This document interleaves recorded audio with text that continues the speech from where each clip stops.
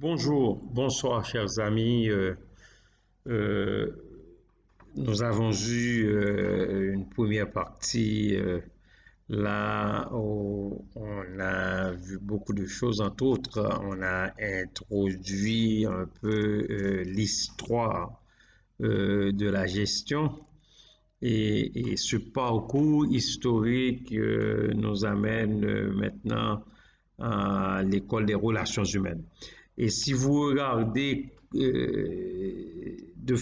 si vous regardez la chose de façon chronologique, vous allez voir que la gestion ou l'origine contemporaine de la gestion remonte au début du XXe siècle. Hein. On a Fayol en France qui nous a proposé l'organisation administrative du travail, c'est ce qu'on appelle le OAT. Ensuite, Fayol aux États-Unis lui-même nous a proposé la gestion scientifique du travail ou l'organisation scientifique du travail, c'est OST. Et il y a Max Weber de l'Allemagne qui a présenté le modèle bureaucratique. Mais si vous regardez dans cette première partie du cours, on s'est attardé un peu sur Fayol et Taylor. On a mis de côté dans un certain sens, Max Weber. C'est parce que Max Weber a écrit en allemand et ça a pris du temps pour la traduction. Et là, ces deux premiers, c'est-à-dire Fayol et Taylor, ont été, dans un premier temps, beaucoup plus populaires que ce monsieur-là qui a écrit en allemand. Maintenant, si on regarde ce qui se passe en termes de l'origine contemporaine, et ces trois auteurs ont écrit de façon parallèle. Hein, il y en a un aux États-Unis, un autre en France et l'autre en Allemagne. Et là, si vous regardez même ce que nous appelons et l'origine de l'Occident, hein, il faut voir, ces pays-là. Hein, il faut voir ces pays-là, même en termes de production intellectuelle, même au niveau de la théologie, hein, au niveau de la science. Hein, et là, on a commencé au début du siècle, c'est-à-dire dans les années 10, 11, 15, pour la Première Guerre mondiale, la Deuxième Guerre en 45. Tout ça, on a cette théorie-là parce que il y a eu ce que nous appelons dans le langage américain des booms économiques, d'où ce concept de baby boomers, hein, parce que il y a des gens qui se sont restés à la maison pendant la guerre et il y a eu un boom de bébés. C'est pour cette raison qu'on a parlé de cette affaire de baby boomers. Mais après la guerre, il y a eu un regain, ou en d'autres termes, une sorte de remontée économique. Hein, et là, il y a eu le développement de cette théorie-là. Et, et si on regarde maintenant, et avec la théorie des relations humaines, ça a été vraiment une réponse, dans un certain sens, aux théories de Fayol et de Weber et de Taylor et Weber, qui nous ont proposé, qui ont vu l'être humain comme une machine, c'est-à-dire la priorité, on a donné priorité à ce que nous appelons la productivité, l'efficacité, et vraiment le facteur humain, hein, le facteur humain est oublié. Là, on est avec l'école des relations humaines. C'est une école qui va prioriser l'être humain tout de suite, d'où ce concept de l'école des relations humaines. La priorité est donnée à l'être humain, mais ça ne veut pas dire que la productivité n'est pas importante. Hein, il y a une priorité qui est donnée aux relations humaines, mais tout en gardant ce que nous appelons la productivité. Donc, en ce qui concerne l'école des relations humaines, il y a Maillot qui est l'un des pères fondateurs. Il y en a d'autres que nous allons voir, mais Maillot demeure ce père fondateur. Et là, les caractéristiques de cette école, c'est vraiment d'abord l'organisation et les individus ont besoin l'un de l'autre. Hein, ça, c'est un fait. Ensuite, la deuxième caractéristique, c'est que les organisations recrutent les idées, de l'énergie et des compétences et les gens, les personnes recherchent des opportunités de carrière, des salaires beaucoup plus alléchants et des possibilités de se réaliser. La troisième caractéristique, c'est que lorsque l'adéquation, c'est-à-dire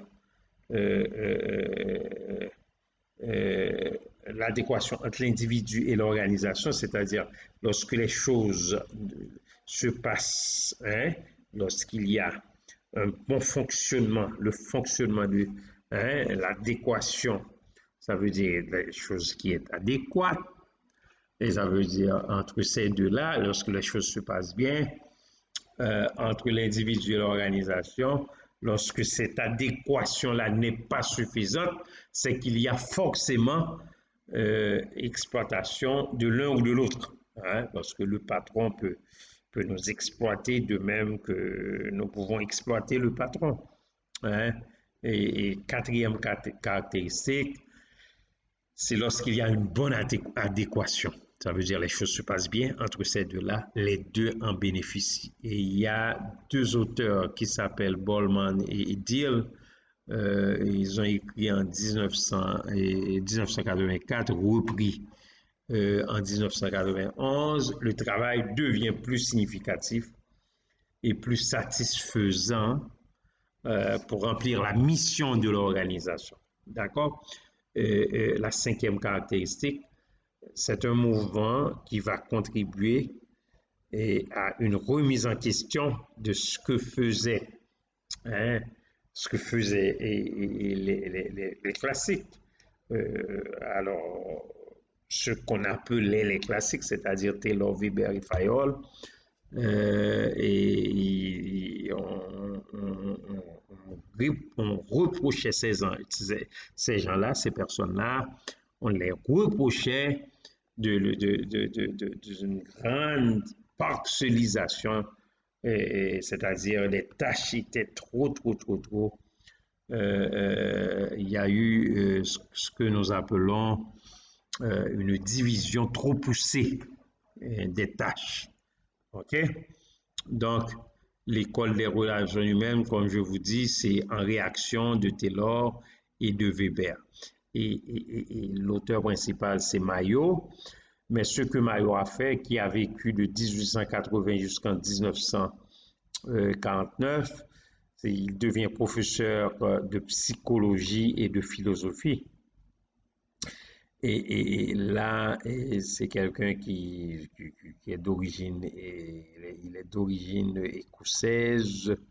Il devient professeur de philosophie, comme je vous ai dit. Et en 1922, ce monsieur-là a décidé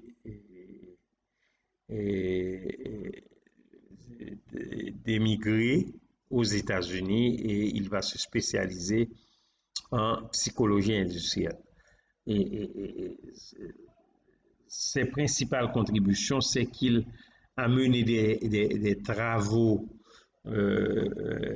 et, et là, ce qu'il voulait voir dans une usine qui s'appelle Western Electric, et, et ce qu'il voulait voir, il voulait voir est-ce que les facteurs physiques avaient une influence prédominante sur la productivité des travailleurs. Il a fait plusieurs études. La première étude, c'est sur l'éclairage. Est-ce que l'éclairage avait une influence prédominante sur la productivité? La première étude, c'est l'éclairage. Euh, Ensuite, la première étude n'a pas été concluante. Et la deuxième étude, et c'était la fatigue. Même chose. Et l'auteur, il a utilisé même l'espace aussi, mais l'auteur en conclut que ce ne sont pas les facteurs matériels ou les facteurs physiques qui gouvernent principalement le rendement, c'est-à-dire la performance, mais c'est plutôt l'environnement social, c'est-à-dire lorsqu'il y a bonne entente, il y a une cohésion du groupe, hein, et lorsque les gens se sentent bien, lorsque le groupe accepte le travail, lorsque les bonnes relations avec l'encadrement, c'est-à-dire le superviseur, parce que lorsqu'on parle de cadre, c'est quelqu'un euh, qui fait l'encadrement des gens. Hein, c'est pour cette raison qu'on dit cadre, supervise. Et là, lorsque les rémunérations, il y a rémunération, mais non économique, hein, c'est-à-dire on valorise le travail des gens, c'est une sorte de rémunération, la reconnaissance, la satisfaction du travail bien fait, et, et l'auteur a conclu que ce sont ces facteurs-là qui ont une influence prédominante ou bien sur la productivité. Dans la productivité, c'est pas, l'argent ne donne pas la satisfaction, l'argent atténue l'insatisfaction. Mais il y a des éléments, ce qu'on appelle les éléments sociaux, qui ont une influence considérable sur la productivité des travailleurs. Par exemple, il y a un psychologue qui s'appelle Triplet qui a fait une expérimentation avec des coureurs de bicycle et on a pu constater lorsqu'ils étaient ensemble, ces gens-là conduisaient beaucoup plus rapide parce que le facteur, hein, ce qu'on appelle, vous savez que l'être humain est éminemment sociable. Donc, ça prend les autres pour pouvoir vraiment bien et mieux fonctionner. Ensuite, on retrouve Maillot avec la hiérarchie des besoins. Maillot, on parle des besoins physiologiques, ensuite les besoins de sécurité, besoin d'appartenance, besoin d'estime et de reconnaissance et besoin de s'accomplir ou besoin de réalisation de soi. Les besoins physiologiques, ce sont des besoins primaires et Maillot nous dit que ces besoins-là doivent être comblés pour ensuite l'individu à rechercher d'autres besoins, sécurité, appartenance, estime de soi, etc., pour arriver à la réalisation de soi, ou le besoin de s'accomplir. Maintenant, il y a plusieurs auteurs, mais moi-même, j'ai un peu de problème avec la hiérarchie des besoins. Je ne pense pas qu'il y ait une hiérarchie dans les besoins parce qu'il y a des gens qui peuvent ne pas avoir, ou en d'autres termes, ces besoins, les besoins physiologiques ne sont pas vraiment comblés et ils vont aller chercher d'autres besoins. C'est comme, je me souviens quand j'étais jeune dans ma salle de classe, il y avait quelqu'un qui ne pouvaient même pas manger lors de la récréation. Il n'avait pas d'argent, etc. Mais il faisait toujours partie des 5 premiers, ou du moins les 3 premiers. Ce monsieur-là était toujours parmi les premiers. Et on peut même donner plusieurs autres exemples pour montrer que ce n'est pas nécessairement une hiérarchie. Maintenant, il y a des besoins physiologiques. Euh, Se nourrir, boire, s'abriter, ce sont des besoins qui sont innés, mais ça dépend de notre culture. Par exemple, on ne réagit pas, incluant moi-même. Nous ne sommes pas en train de nous critiquer. Ce serait absurde. Mais ce que je peux vous dire, que un Haïtien ne réagit pas de la même façon, de façon générale, en face de la nourriture qu'un Américain. C'est pas parce qu'ils sont meilleurs que nous, c'est pas vrai, mais c'est parce que, ou du moins, je peux donner un autre exemple. Quelqu'un qui était en province et puis qui avait son jardin et puis on pouvait aller cueillir des mangues, etc. Quand ils arrivent à province, il ne va pas réagir de la même façon en face de la nourriture que quand il avait tout. Et donc, la culture, l'environnement est un élément fondamental dans la façon que ces besoins-là vont être manifestés. Et surtout, il faut faire la différence entre besoins et désirs, hein. Les désirs sont plus nombreux que les besoins. Je peux avoir un besoin, plusieurs désirs, hein. Et besoin de sécurité, la même chose. Il y a des gens qui sont au Canada, aux États-Unis, qui n'ont jamais entendu un bruit de balle. Les gens qui sont là.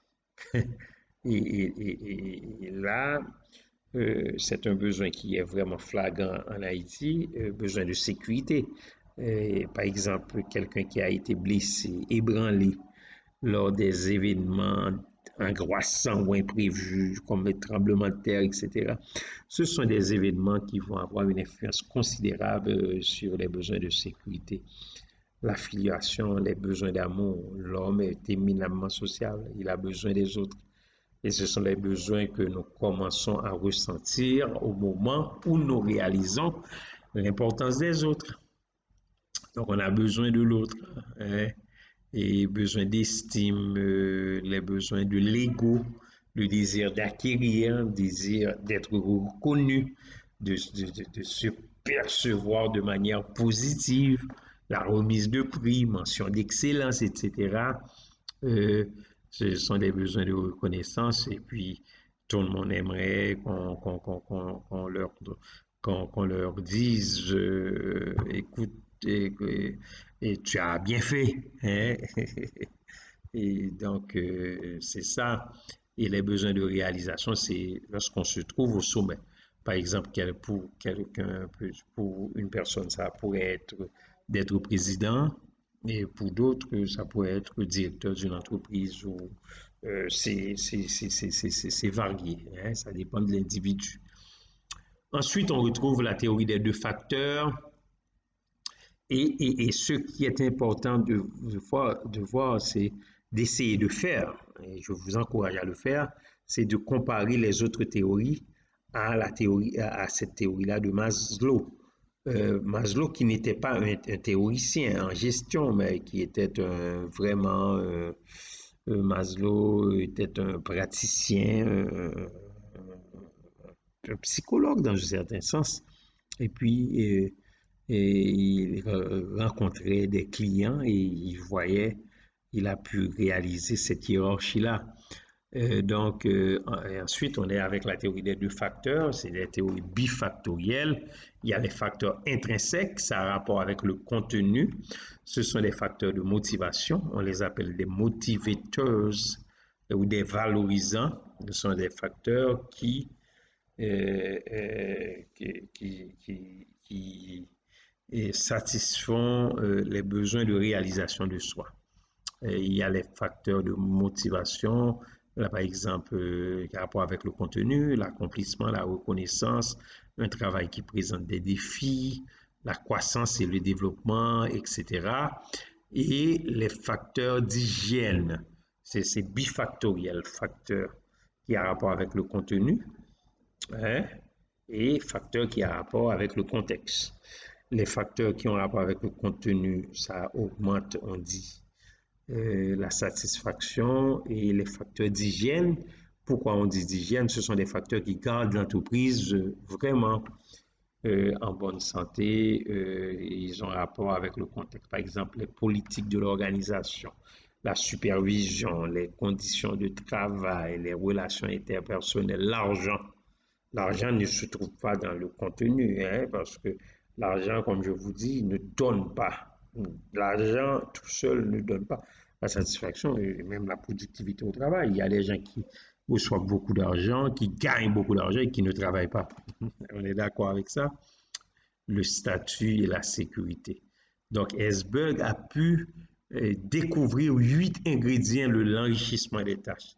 D'abord, le feedback direct. Il faut donner un feedback euh, à l'employé, la relation avec le client. Tout individu devrait avoir une relation avec un client, relation professionnelle, bien sûr, et les apprentissages nouveaux. Tous les employés devraient fournir la possibilité de nouveaux apprentissages. La formation, c'est bon, c'est des éléments qui motivent.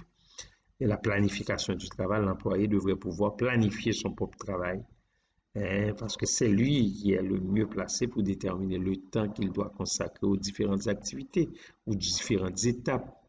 Euh, le savoir unique, certains aspects du travail doivent pouvoir être considérés par l'employé comme étant sa propre affaire, hein. L'employé a la possibilité de parfaire ces méthodes, hein, et il y a le contrôle sur les ressources. Donc, les employés peuvent être tenus responsables de leurs opérations à condition de leur confier le contrôle sur le budget. Et il y a le pouvoir de communiquer. Et, et la communication, ça devrait, en termes hiérarchiques, il ne doit pas avoir trop de niveaux hiérarchiques. L'employé devrait être capable de court-circuiter la ligne hiérarchique. Ensuite, le 8e ingrédient, c'est la responsabilité personnelle. C'est un facteur qui est lié à la fois, qui est un ingrédient et a un effet sur l'enrichissement des tâches. OK, ça c'est Weber qui nous a proposé tout ça dans les années 70. Ensuite, on retrouve McGregor, la théorie X et la théorie Y et la théorie Y. La théorie X, le gestionnaire a une vision négative de ses subalternes. Le gestionnaire nous dit tout simplement que l'être humain ne veut pas travailler, hein, la théorie X. Et l'individu moyen éprouve une aversion innée, hein, il ne veut pas travailler, il n'aime pas les responsabilités, préfère être dirigé. Et de l'autre côté, la théorie grecque nous dit que c'est la théorie X est du côté de l'employeur et la théorie grecque du côté de l'employé. Ça nous dit que les employés peuvent trouver le travail comme étant aussi naturel que de se reposer ou de jouer.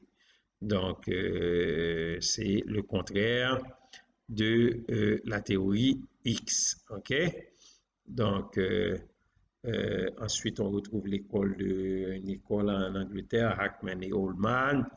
Et cette théorie, la théorie de Hackman et Oldham, et postule ou nous dit tout simplement que la motivation interne au travail dépend de 3 étapes psychologiques. Il y a la signification du travail. Le travail doit avoir un sens pour l'employé. Il y a la responsabilité pour les résultats du travail. Il doit être responsable de ce qu'il fait. Et troisièmement, la connaissance des résultats effectifs des activités du travail. Ça vient de l'école, comme je vous dis, l'école de Oldham et Hoffman. OK? Maintenant, je vous parle de la bureaucratie. Et je vous avais dit que la bureaucratie fait partie et des trois écoles, les trois pères de la gestion. Mais la bureaucratie, chronologiquement, se trouve après l'école des relations humaines, dans la mesure où je vous ai donné l'une des raisons, c'est la traduction en allemand, etc. Mais maintenant, Weber est devenu beaucoup plus populaire aux États-Unis qu'en Allemagne. Parce qu'on parle d'une population de beaucoup, de 300 millions d'habitants aux États-Unis. Hein. Et la bureaucratie, c'est un type d'organisation où il y a une hiérarchie claire de l'autorité. OK? Donc, il y a spécialisation des tâches et on fonctionne à base de règles et de procédures. Max Weber, il parle d'une division, la division du travail. On doit diviser les tâches doivent être clairement définies, une structure hiérarchique, relation entre un patron et ses subordonnés doit être vraiment définie. Sélection du personnel, mais ce n'est pas en fonction des sentiments, mais en fonction des qualifications, des tests. Il y a des règles et des règlements normalisés, des règles qui sont standards, OK? Et le caractère impersonnel des relations. Il ne doit pas y avoir de relations intimes au travail. Business is business. L'avancement aussi, les employés doivent recevoir un salaire à taux fixe, c'est-à-dire les gens qui travaillent à la pièce. On est là et tout cela, et Weber distingue trois types de domination légitime ou de pouvoir ou d'autorité. L'autorité, c'est le droit de commander et le pouvoir, c'est la capacité de faire. Il distingue trois types de domination ou trois types de pouvoir légitime. C'est la légitimité charismatique ou le pouvoir charismatique. Elle est fondée sur le charisme du leader, sur ses dons, ses qualités extraordinaires. Ce sont des gens qui ont des qualités extraordinaires.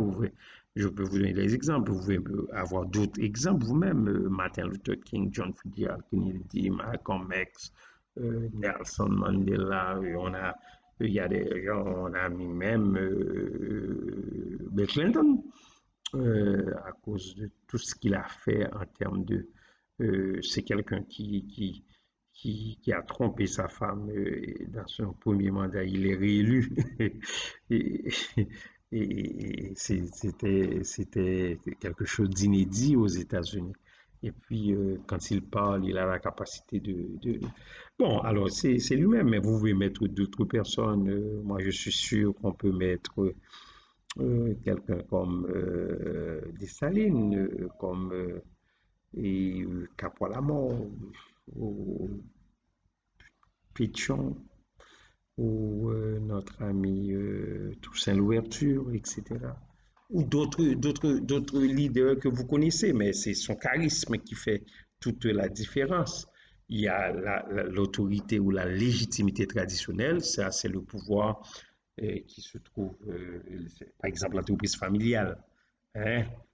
C'est une vision historique qui ne tient pas compte des évolutions de l'environnement. C'est l'entreprise familiale, c'est héréditaire. Hein? Il y a maintenant la légitimité rationnelle ou légale qui a rapport avec les faits, c'est les résultats, et c'est le plus utilisé actuellement. Les entreprises familiales n'existent presque plus au niveau international. Okay? Mais je suis sûr qu'on en a quelques-unes en Haïti, mais au niveau international, ce sont des entreprises qui n'existent vraiment plus. Là, on est après les années 60, 70. Lorsqu'on arrive après les années 70 ou au début des années 70, l'affaire qui devient importante, c'est l'environnement. Donc, il va y avoir une théorie qu'on va développer, la théorie. Vous savez, jusqu'en 1960, on avait un point de vue très atomistique de la science. Et on a découvert la théorie générale des systèmes dans les années 60. Et là, pour les organisations, on va voir l'organisation comme un système ouvert. Un système, c'est un ensemble d'éléments qui sont en interaction, qui sont en corrélation et qui forment un tout. Et dans une organisation, il y a les inputs qui alimentent et soutiennent, hein, et ça veut dire l'organisation comme un système ouvert. L'organisation dépend de l'environnement pour que les inputs, c'est-à-dire matières premières, vont alimenter et soutiennent les inputs. Transformation, c'est entrer ou intrant, transformation extra. Le système ouvert, c'est un modèle vraiment qu'on a utilisé pour les théories des modernistes avec des organisations, pour une approche moderniste de l'organisation. Le système reçoit de l'environnement les inputs tels que les sources d'énergie, le charbon, la lumière, l'oxygène. Ces inputs sont ensuite transformés en output, hein, qui va qui va maintenir la vie du système. Dans les organisations, les inputs sont les matières premières, le capital, c'est-à-dire les ressources, les connaissances, ressources humaines, le travail, etc. Le processus de transformation, c'est ce qu'on fait pour produire les biens ou les services. Et à la sortie, il va avoir la vente des biens et des services produits par l'entreprise. Ça autorise l'entreprise à poursuivre son activité. OK?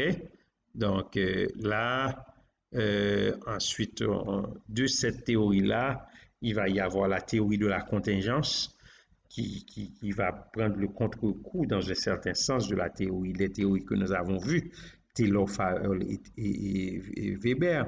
Ce sont des théories qu'on peut appeler les one best way, c'est-à-dire qui nous disent qu'il y a une façon de faire les choses. Et avec cette théorie-là, on est au milieu des années 60, c'est la théorie de la contingence, qui vont nous dire non, it all depends, ça dépend de la situation. On doit appliquer tout ça, mais ça dépend de la situation. C'est une théorie qui nous dit qu'il y a un type de gestion à adopter. Il y a toujours un type de gestion à adopter dans un environnement pour une stratégie ou une situation donnée. Et pourtant, les autres théories qui voyaient l'organisation de façon fonctionnelle et ces théories dites classiques nous disaient tout simplement qu'il fallait utiliser cette méthode parce que c'est la meilleure. Et en gestion, il n'y a pas de meilleure. Il n'y a pas de meilleure méthode. Il y a de très bonnes méthodes, mais ça dépend de la situation. OK? L'environnement organisationnel, il y a différentes façons, mais là, je vous présente au moins 3 catégories.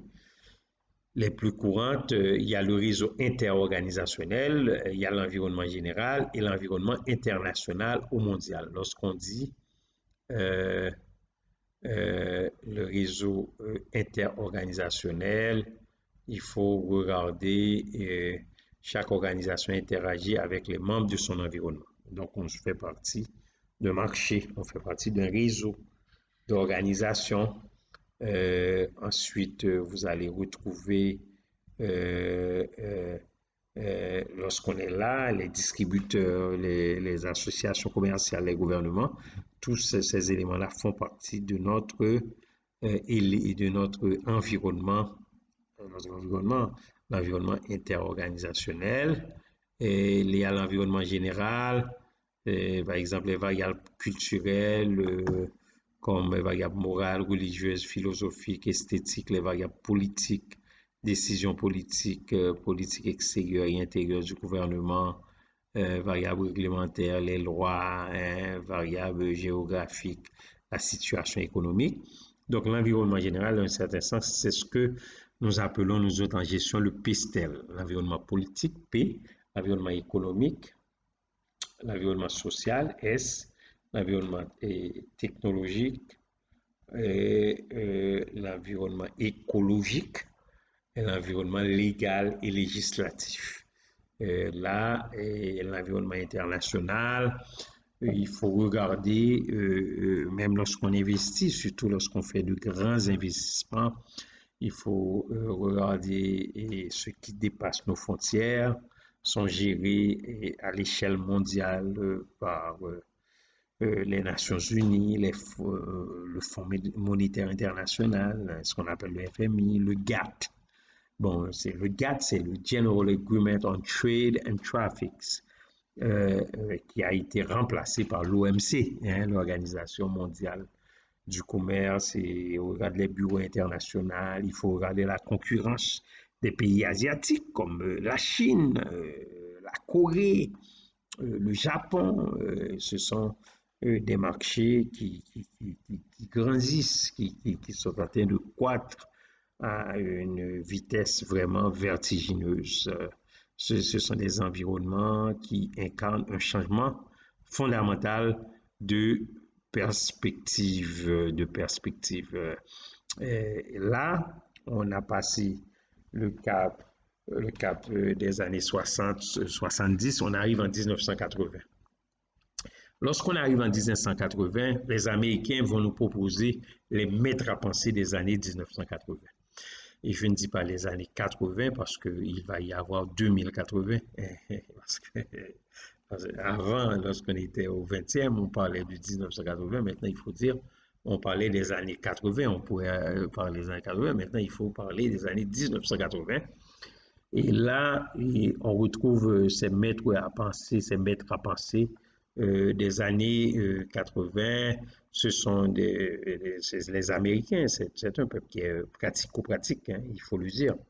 Les Américains sont très pratiques. Ils ont développé le café instantané, le chocolat instantané. Et il y a même les œufs que vous voyez, c'est en une fraction de seconde qu'ils vont être pondus par les poules, hein. Donc, et si ils ont besoin de vous, ils peuvent vous faire, vous donner la carte, ce qu'on appelle le green, the green card. Les Américains, s'ils ont besoin de vous, vous allez être américain dans une fraction de seconde. Et ils sont très pratiques. Mais dans les années 80, ils ont mis au placard ou à l'écart les analyses rigoureuses du fonctionnement de l'entreprise et ils les ont remplacées par des préconisations qui sont simplistes, mais qui sont fondées sur l'examen de la réalité.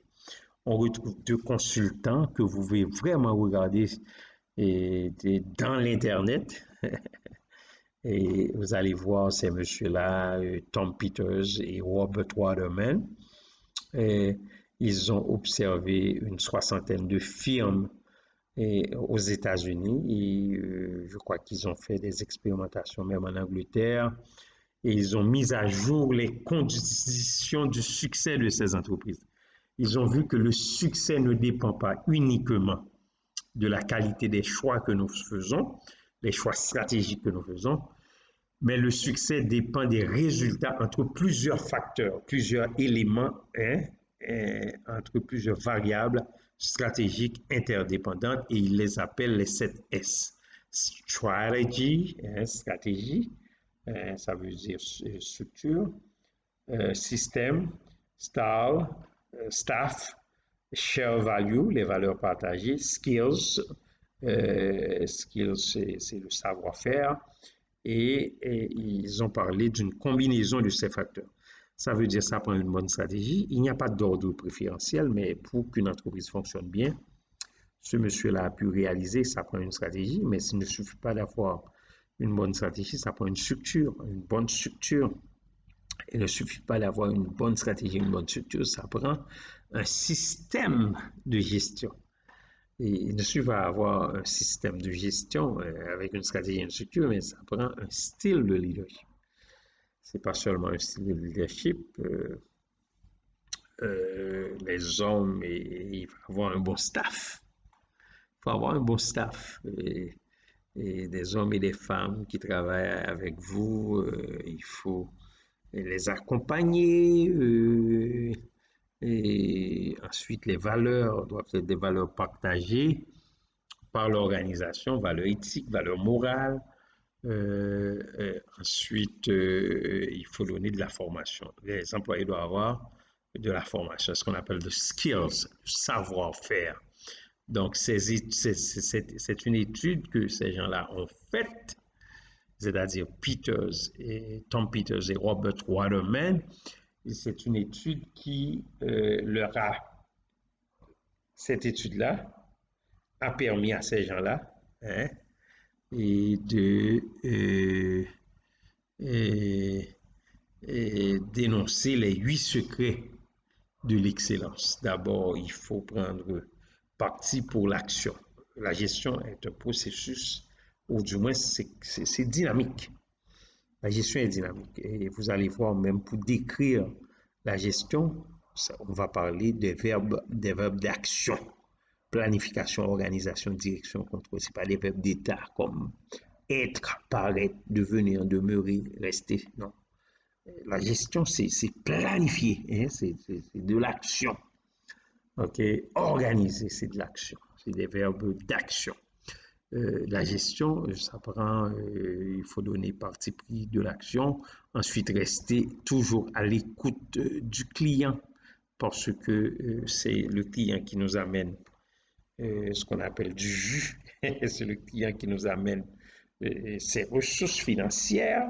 Il faut vraiment, le client est vraiment roi. Hein? Restez à l'écoute du client. Même si vous n'aimez pas ce qu'ils disent, il faut les écouter. OK? Et